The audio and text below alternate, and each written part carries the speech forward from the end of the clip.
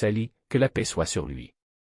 À ce moment-là, Satan leur murmura quelque chose, et ils se rassemblèrent pour comploter contre elle.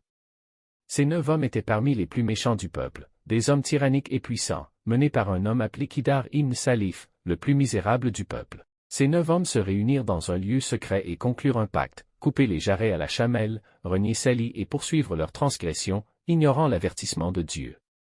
Ils conspirèrent entre eux, disant, « Nous n'avons d'autre choix que de tuer la chamelle afin d'être soulagés de leur souffrance. » Ils projetèrent d'attaquer la chamelle de nuit, alors qu'elle était au pâturage avec son poulain. Ils attirèrent Kedar ibn Salif, un jeune homme fort et méchant, riche et doté de femmes, pour mener à bien cette mission. Il guetta la chamelle près d'un point d'eau, puis la blessa d'une fléchette.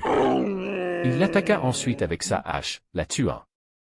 La chamelle tomba, couverte de sang, sa voix résonnant dans la vallée pour la dernière fois.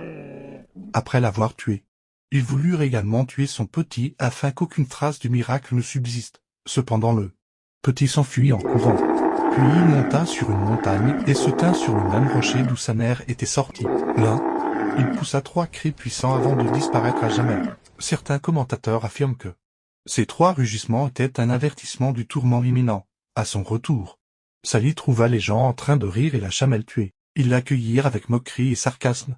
L'un d'eux dit avec arrogance, « Si vous êtes vraiment prophète, apportez le châtiment demain. » Sali, que la paix soit sur lui, se mit en colère et leur dit d'une voix pleine de tristesse et de certitude, « Profitez de vos demeures pendant 3 jours. C'est une promesse qui ne sera pas reniée. » C'est-à-dire qu'il ne leur restait que 3 jours avant que le châtiment promis par Dieu ne